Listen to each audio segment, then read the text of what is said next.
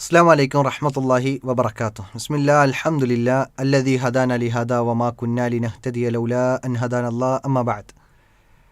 റമളാനിൻ്റെ ദിനരാത്രങ്ങൾ ഇങ്ങനെ കൊഴിഞ്ഞു പോകുമ്പോൾ നാം ആലോചിക്കേണ്ടത് എന്താണ് ഈ റമളാനിൽ നിന്ന് നമ്മൾ നേടിയെടുത്തത് എന്നതാണ്. അത് ഓരോ ദിവസവും കൊഴിഞ്ഞു പോകുമ്പോൾ നമ്മളൊന്ന് പരിശോധിക്കൽ നല്ലതാണ് എന്ന് ഓർമ്മപ്പെടുത്തിക്കൊണ്ട് ഇന്നത്തെ ഹദീസ് പാഠത്തിലേക്ക് നമ്മൾ പ്രവേശിക്കുകയാണ്. മഹാനായ അബ്ദുല്ലാഹി ഇബ്നു അംർ റളിയല്ലാഹു അൻഹു ഉദ്ധരിക്കുന്ന ഹദീസ് അൻ അബ്ദുല്ലാഹി ഇബ്നു അംർ ഇബ്നു ആസ് റളിയല്ലാഹു അൻഹുമാ അന്ന നബിയ സല്ലല്ലാഹു അലൈഹി വസല്ലമ ഖാല. അബ്ദുല്ലാഹി ഇബ്നു അംർ ഇബ്നുൽ ആസ് റളിയല്ലാഹു അൻഹു നബി സല്ലല്ലാഹു അലൈഹി വസല്ലമയിൽ നിന്ന് നിവേദനം ചെയ്യുകയാണ്. പ്രവാചകൻ പറഞ്ഞു, മൻ സ്വല്ല അലയ്യ സ്വലാത്തൻ സ്വല്ലല്ലാഹു അലൈഹി ബിഹാ അശ്റ.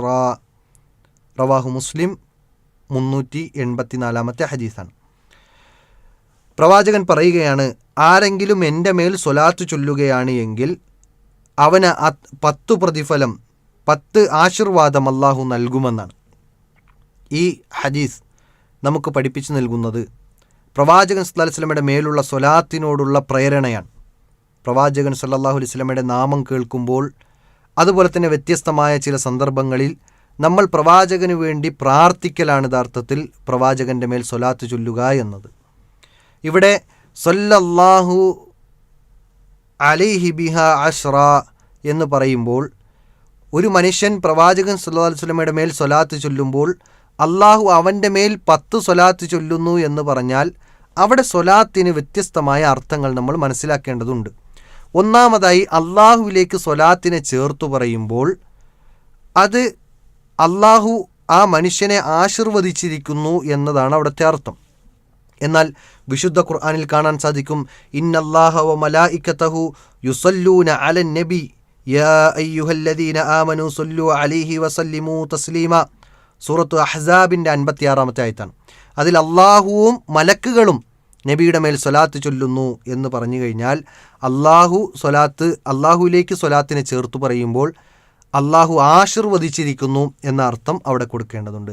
എന്നാൽ മലക്കുകളോട് സ്വലാത്ത് ചേർത്ത് പറയുമ്പോൾ അവിടെ അർത്ഥം മലക്കുകൾ ആ വ്യക്തിക്ക് വേണ്ടി, അല്ലെങ്കിൽ പ്രവാചകൻ സല്ലല്ലാഹു അലൈഹി വസല്ലമയ്ക്ക് വേണ്ടി പാപമോചനത്തിനു വേണ്ടി തേടുന്നു എന്നതാണ്. ഇവിടെ അള്ളാഹു സുബ്ഹാനഹു തആല സൂറത്തു അഹ്സാബിൻ്റെ 56-ാമത്തെ ആയത്തിൽ നമ്മെ ഓർമ്മപ്പെടുത്തിയത്, യാ അയ്യുഹല്ലദീന ആമനു സല്ലു അലൈഹി വസല്ലിമു തസ്ലീമാ. പ്രവാചകൻ്റെ മേൽ സ്വലാത്ത് ചൊല്ലാനുള്ള കൽപ്പനയാണ്. അതുകൊണ്ട് തന്നെ ഒരു വിശ്വാസി എന്ന നിലയ്ക്ക് ആദരവായ റസൂൽ കരീം സല്ലല്ലാഹു അലൈഹി വസല്ലമയുടെ മേൽ സ്വലാത്ത് ചൊല്ലുക എന്നത് നമ്മുടെ ബാധ്യതയാണ്. എല്ലാ ദിവസവും രാവിലെയും വൈകുന്നേരവും ഒരു 10 സ്വലാത്തെങ്കിലും നമുക്ക് ചൊല്ലാൻ സാധിക്കണം. ഒരു സ്വലാത്ത് ചൊല്ലുന്നതിലൂടെ 10 പ്രതിഫലമാണ് നമുക്ക് ലഭിക്കുന്നത് എന്നത് നമ്മൾ തിരിച്ചറിയേണ്ടതുണ്ട്. അല്ലാഹു സുബ്ഹാനഹു വ തആല നമുക്ക് പ്രതിഫലങ്ങൾ ഇങ്ങനെ വാരിക്കോരിത്തരുന്ന ഈ മാസത്തിൽ പ്രവാചകൻ സല്ലല്ലാഹു അലൈഹി വസല്ലമയുടെ മേൽ സ്വലാത്ത് ചൊല്ലാൻ നമ്മൾ പരിശ്രമിക്കണം. അതോടൊപ്പം നമ്മളെല്ലാവരും ശ്രദ്ധിക്കേണ്ട ഒരു വിഷയമാണ്, പ്രവാചകൻ സല്ലല്ലാഹു അലൈഹി വസല്ലമയുടെ പേര് കേൾക്കുമ്പോൾ, നാമം കേൾക്കുമ്പോൾ സല്ലല്ലാഹു അലൈഹി വസല്ലം എന്ന് പറയാൻ, പ്രവാചകൻ്റെ മേൽ സ്വലാത്ത് ചൊല്ലാൻ നമ്മൾ ശ്രദ്ധിക്കേണ്ടതുണ്ട്. ഒരിക്കൽ റസൂലുള്ളാഹി സ്വല്ലല്ലാഹു അലൈഹി വസല്ലമ 3 ആമീൻ പറഞ്ഞപ്പോൾ, റഹിമ അൻഫു റജുലിൻ, ഒരു മനുഷ്യൻ മൂക്കുകുത്തി നാശത്തിലാകട്ടെ എന്ന് ജിബ്രീൽ അലൈഹിസ്സലാം പ്രാർത്ഥിച്ച പ്രാർത്ഥനയിൽ 3 പ്രാർത്ഥനയിൽ ഒരു പ്രാർത്ഥന പ്രവാചകൻ സല്ലല്ലാഹു അലൈഹി വസല്ലമയുടെ പേര് കേട്ടിട്ട് സ്വലാത്ത് ചൊല്ലാത്തവൻ നശിക്കട്ടെ എന്ന പ്രാർത്ഥനയ്ക്കാണ് പ്രവാചകൻ സല്ലല്ലാഹു അലൈഹി വസല്ലം ആമീൻ പറയുന്നത്.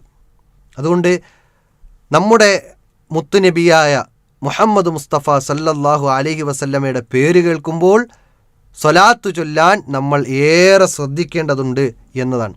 അത് ചൊല്ലാത്തവൻ പിശുക്കനാണ് എന്ന് ആദരവായ റസൂൽ കരീം സല്ലല്ലാഹു അലൈഹി വസല്ലമ നമുക്ക് പഠിപ്പിച്ചു നൽകുന്നുണ്ട്. അതുകൊണ്ട് ഒരു ദിവസം എത്ര കണ്ട് സ്വലാത്ത് ചൊല്ലാൻ നമുക്ക് സാധിക്കുന്നുവോ അത്ര കണ്ട് സ്വലാത്ത് ചൊല്ലുന്നതിലൂടെ നമുക്ക് പ്രതിഫലങ്ങൾ വാരിക്കൂട്ടാൻ നമുക്ക് സാധിക്കുമെന്നാണ്. എന്നാൽ വെള്ളിയാഴ്ച ദിവസം അങ്ങനെയല്ല. വെള്ളിയാഴ്ച ദിവസം പ്രത്യേകമായി സ്വലാത്ത് ചൊല്ലാൻ വേണ്ടി പഠിപ്പിക്കപ്പെട്ട ദിവസമാണ്. പ്രവാചകൻ്റെ മേൽ ധാരാളം സ്വലാത്ത് ചൊല്ലണം. അത് വെള്ളിയാഴ്ച ദിവസത്തിലെ സുന്നത്ത് കൂടിയാണ് എന്ന് നമ്മൾ മനസ്സിലാക്കേണ്ടതുണ്ട്. ഇനി സ്വലാത്ത് എങ്ങനെ ചൊല്ലണം? സല്ലല്ലാഹു അലാ മുഹമ്മദ് സല്ലല്ലാഹു അലൈഹി വസല്ലം എന്നിങ്ങനെയുള്ള വ്യത്യസ്തമായ രൂപത്തിലുള്ള റിപ്പോർട്ടുകൾ വന്നിട്ടുണ്ട്.